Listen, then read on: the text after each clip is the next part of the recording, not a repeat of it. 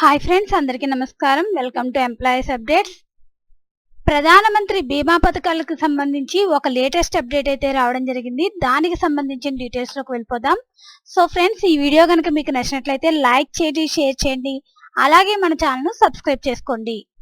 ప్రధానమంత్రి బీమా పథకాలతో ప్రయోజనం. వివిధ బ్యాంకుల్లో అకౌంట్లు కలిగిన వారు ప్రధానమంత్రి జీవన్ జ్యోతి బీమా యోజన కింద 18 నుంచి 50 సంవత్సరాల వయసు గలవారు ఏడాదికి 436 చెల్లిస్తే, ఏదైనా కారణంగా మరణిస్తే 2 లక్షల బీమా పొందవచ్చని జిల్లా రెవెన్యూ అధికారి కె కృష్ణవేణి తెలిపారు. మంగళవారం ప్రధానమంత్రి జీవన్ జ్యోతి బీమా యోజన, సురక్ష బీమా యోజన పథకాల నమోదుపై ఆమె సమీక్షించారు.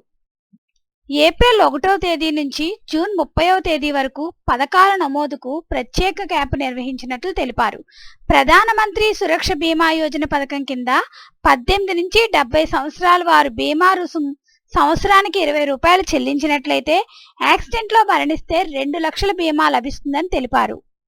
సో ఫ్రెండ్స్, ప్రధానమంత్రి జీవన్ జ్యోతి బీమా యోజన కింద అయితే సంవత్సరానికి 436 రూపాయలు చెల్లించాలి ఫ్రెండ్స్.